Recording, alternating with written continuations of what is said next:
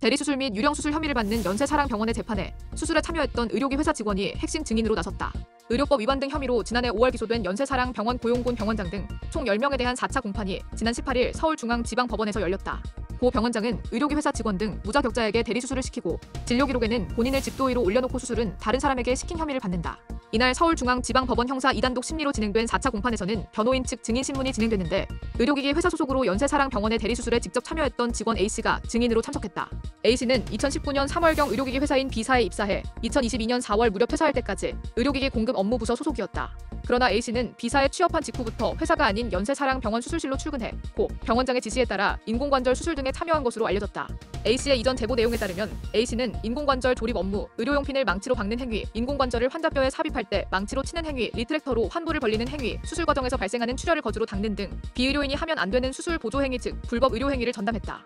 이날 재판에서 증인은 그동안 여러 경로로 제보했던 연세사랑병원고 병원장의 광범위한 대리, 유령 수술 혐의를 법정에서도 똑같이 증언했다.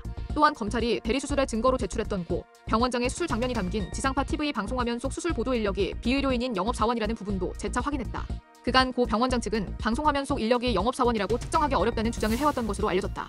같은 시각 서울중앙지법 앞에서는 국민연대 등 시민단체가 대리 유령 수술을 규탄하는 기자회견을 열고 법원에 엄중한 처벌을 촉구했다. 이날 시민단체는 무면허 의료행위에 대한 처벌을 강화하기 위해서는 의료법이 아니라 보건범죄 단속에 관한 특별조치법을 적극적으로 적용해야 한다고 목소리를 높였다. 지금까지 의료법으로 대리수술은 5년 이하의 징역이나 5천만 원 이하의 벌금형에 처할 수 있고 면허 취소 또는 의료기관 폐쇄 등의 행정처분이 이뤄질 수 있었지만 대부분 벌금형에 그쳤다. 보건복지부의 행정처분도 1심 선고가 나온 이후에야 내려지기 때문에 처벌의 실효성이 미미하다는 지적도 나왔다. 하지만 대리 유령 수술에 대해 보특법을 적용하면 이야기가 달라진다. 대리 수술 등과 같이 무면허 의료행위를 하면 무기 또는 2년 이상의 징역에 처할 수 있어 강력한 처벌이 가능하다. 현재 연세사랑병원의 경우 의료법 등으로 기소돼 재판받고 있는데 이들 시민단체가 보특법을 적용해 엄벌해야 한다고 지속해서 목소리를 높이는 이유이다.